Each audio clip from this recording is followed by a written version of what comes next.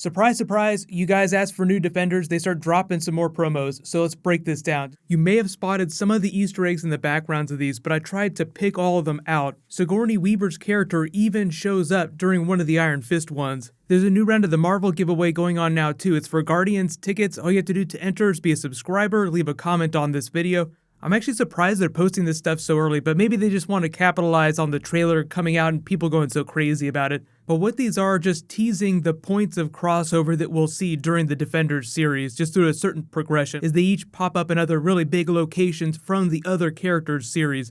The first one is Daredevil showing up in the Rand Enterprises building on the 13th floor. If you don't remember, the 13th floor of the building is where Danny Rand tailed Madame Gao when she was conducting her drug business, learning about the big empire. So that was really only when he first learned about it. He didn't directly confront her till much later, but he confronted her secretary like, what the hell's going on here? What are you using my family's business for? And then the picture over here on the side, it's kind of dark, but it's Harold Meacham and Danny Rand's father just shaking hands just because they're the ones that started the company. So there's a lot of Danny Rand's origin story that's tied up in the way they got rid of his father, made his plane go down, that they'll follow up on in Iron Fist Season 2 whenever that drops. I know there's a lot of controversy surrounding the series, but I only think the stuff from that they're going to address through the Defenders and the Daredevil character is just the drug business that Madame Gao was conducting, like all the shady stuff that was happening on that 13th floor. The next one, if you couldn't tell, is Luke Cage showing up in Fogwell's gym. There was a scene in Luke Cage where he was next to a boxing ring, but that was a completely different place up in Harlem. Fogwell's gym is in Hell's Kitchen. You see the newspaper clippings in the background from Matt's father's fight, Creel versus Murdoch. Most of the fighting from Luke Cage that we've seen in the trailer so far is with Iron Fist. They're just teasing a little bit of Heroes for Hire, Rocky start. But with any luck, we'll get to see Daredevil try to throw down with Luke Cage. If he gets his hands on him, he'd be done. So he'd have to find some way to get him inside the mouth. He totally ate a shotgun blast to the head, and it just disabled him for a little while. So I don't think there's going to be a whole lot of Daredevil versus Luke Cage. The next one is Jessica Jones showing up at Rand Enterprises. The newspaper that she's reading just reads wrong side of the tracks. So it's just a bit of a hat tip that she's like in this upper scale world. She's from the other side of the railroad tracks. But if you remember, Joy Meacham actually hired her to investigate one of the other board members sleeping with another woman that wasn't his wife to get information to try and influence the way he voted on their big decisions. So there actually has been some light Jessica Jones Iron Fist crossover, even though she herself never showed up during the series. It's always funny to watch the first episode in that intro where she talks about how she earns her living catching people boning in the dark. This next Iron Fist one is pretty self-explanatory too. Danny Rand just coming to Jessica Jones to get help with some investigation. Now there's a number of things that he could get help with, but most of his investigating is into what the Hand is doing in following around Madame Gao, because she's still alive causing trouble at the end of the Iron Fist series. It's implied she'll be a much bigger thing in the next series, whatever Joy Meacham is going to be doing with the Steel Serpent. So that is why he's shown up on her door here. It'll be fun to see how she reacts to him. She has a pretty short temper in that trailer, so it seems like she's just making him sit out there and wait just because she can't stand the sight of him. This next Daredevil one is fun too, where he starts to run into Jessica Jones characters. If you couldn't tell, this is Trish Walker on the bench behind here. The Trish Talk radio show is a way for the Jessica Jones stuff to reach all of the different series, because you'd pick up that radio station in Harlem, you'd hear it in Midtown, so anywhere any of the Defenders were, they'd be able to hear what was going on. We know from the trailer that Daredevil comes in to represent Jessica Jones because Misty Knight's arrested her for busting up a crime scene. That might be somewhere in Harlem because that's where most of Misty Knight's beat is, so it sounds like there's some Jessica Jones, Luke Cage crossover, and then Daredevil gets involved maybe when he hears about it from someone else.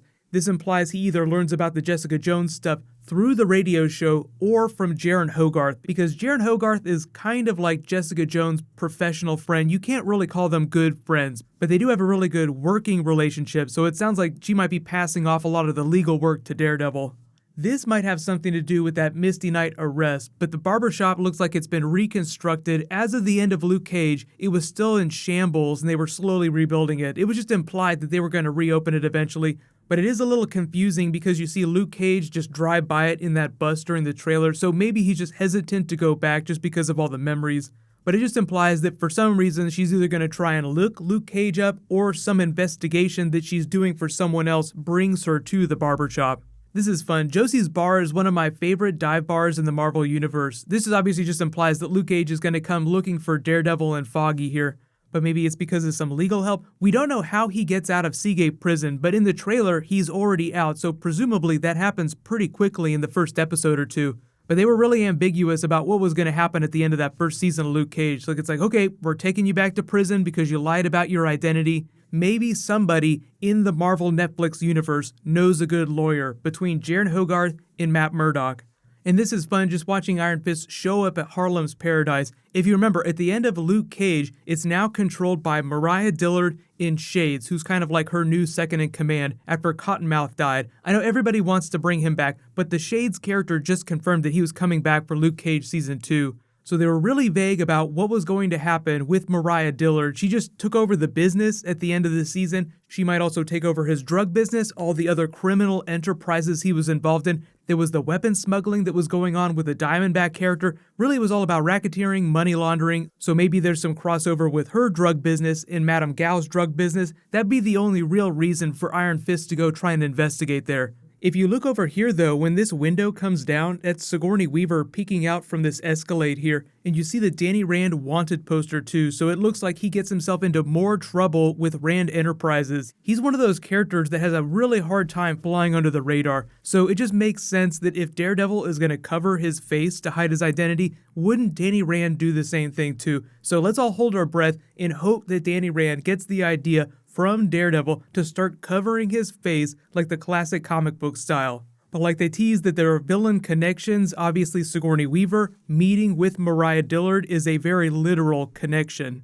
But let me know what you guys think about all this. I love the way they're teasing them crossing over based on their own investigations. They kind of play that out in the trailer too with Iron Fist and Luke Cage. Claire Temple has to like slap them both in the face. Look, you're both friends, you're on the same side. There's always your traditional hero on villain action, but then you always have some sort of mystery runner during the season where Daredevil's trying to learn about the secret of the Kingpin over the course of season 1. Iron Fist is trying to learn about the secret of Madame Gao and what's going on inside his business. So it just sounds like the larger mystery about how all these villains from the different series are connected is going to bring all these characters together in the first couple of episodes. There's only 8 episodes, so I'm assuming at least by episode 2, episode 3, most of them will have met each other. Otherwise, it's going to be a really slow-paced season.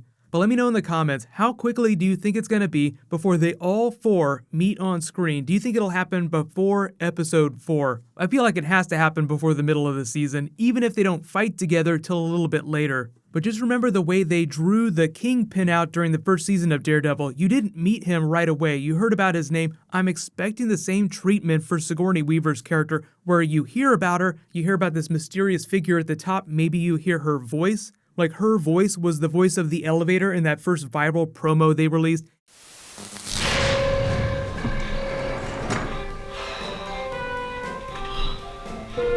Going down.